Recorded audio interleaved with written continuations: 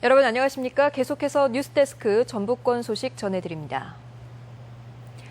최근 들어 전주에서 수도관이 터지고 폭발하는 사고가 잇따르고 있는데요. 맑은 물, 안전한 물을 공급하겠다는 사업과는 별개로 발밑 사고가 늘어나면서 시민들의 불안감이 커지고 있습니다. 박찬익 기자의 보도입니다. 굉음과 함께 도로를 뚫고 흙먼지가 솟구쳐 오릅니다. 현장에 있던 1톤 화물차는 압력 때문에 도로 아래로 튕겨져 나갔습니다. 지난 31일 전주 팔복동에서 땅속에 묻은 광역 상수도관이 폭발하면서 인근이 아수라장이 됐습니다. 지금 한 가지 2km 정도만 해서 지금까지 공사한 것을 구간 시험 공기를 넣고 시험하다가 그랬다고 하니까 다행히 지나가는 사람이 없어 인명피해는 없었지만 아찔한 순간이었습니다.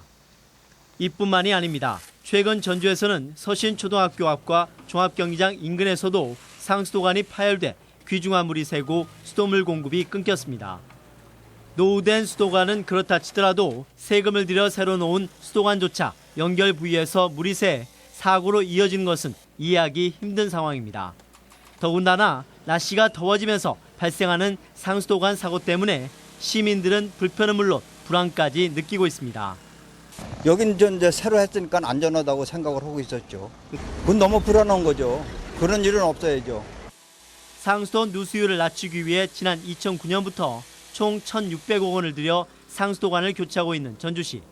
하지만 전체 공정률은 35%밖에 진행되지 않아 비슷한 사고에 대한 위험성은 여전히 도사리고 있습니다. MBC 뉴스 박찬익입니다. 휴일인 오늘도 전라북도 지역은 무더운 날씨가 계속돼 낮 최고 기온이 정읍 33.6도, 전주 33도, 부안 32.3도 등 대부분 지역에서 30도를 웃돌았습니다.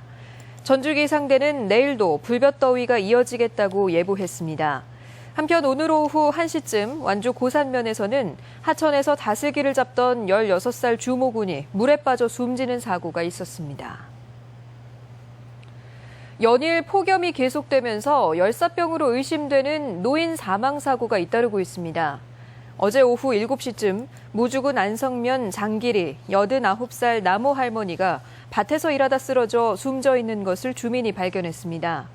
앞서 지난 30일에도 김제 백산면에서 평소 고혈압 질환이 있던 79살 송모 할머니가 밭일을 하다 숨지는 등 열사병으로 의심되는 사고가 잇따라 발생하고 있어 폭염 시 야외 활동 자제가 요구되고 있습니다.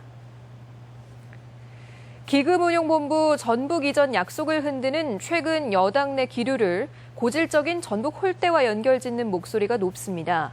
기금본부뿐만이 아닌데요.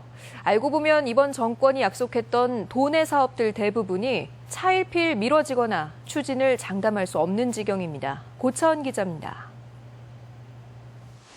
박근혜 대통령은 대선 당시 1,700억 원 규모의 지리산 덕유상권 힐링 거점 조성 사업을 약속했습니다. 이 가운데 가장 사업비가 큰 산림치유센터에 대해서 정부는 시설비 절반과 센터 운영을 지자체에 부담하라고 요구했습니다. 반면 비슷한 사업인 경북 영주의 산림치유원은 사업비 전액과 운영비를 국가가 책임지고 있습니다.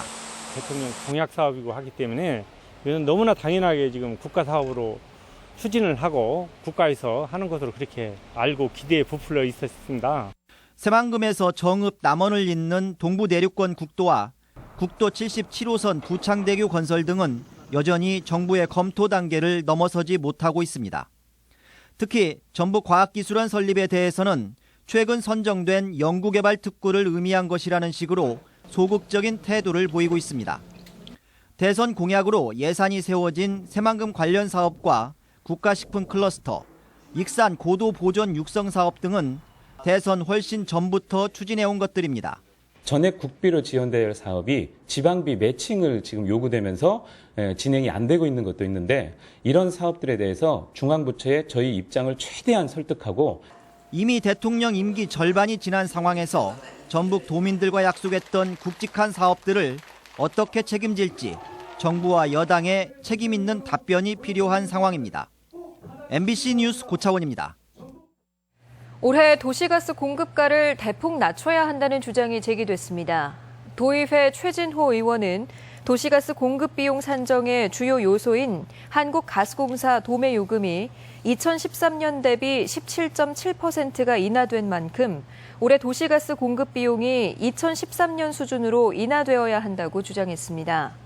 최 의원은 또 도시가스 회사들이 막대한 이익을 내면서도 소외 지역 가스 공급에는 소극적이었고 지역 협력과 상생에도 무심하다며 공급 비용 인상 요구는 철회되어야 한다고 주장했습니다. 도내 뿌리 기업의 생산 기반이 갈수록 튼튼해지는 것으로 분석됐습니다. 전라북도는 2013년 7월부터 2년간 도내 뿌리 기업에 40억 2천만 원을 지원한 결과 뿌리 기업의 기술력 향상은 물론 수혜 기업의 매출이 10%가량 상승했다고 밝혔습니다. 전라북도는 이 같은 결과를 바탕으로 앞으로 3년간 47억 원을 추가로 투입해 이들 기업의 기술 경쟁력 확보와 사업 역량 강화를 지원하기로 했습니다. 지난해 전북 지역의 교통사고 사망률이 전국 상위권인 것으로 나타났습니다. 경찰청 자료에 따르면 지난해 도내 차량 10,000대당 사망자 수는 3.2명으로 전남 3.6명과 충남 3.3명에 이어 세 번째로 높았습니다.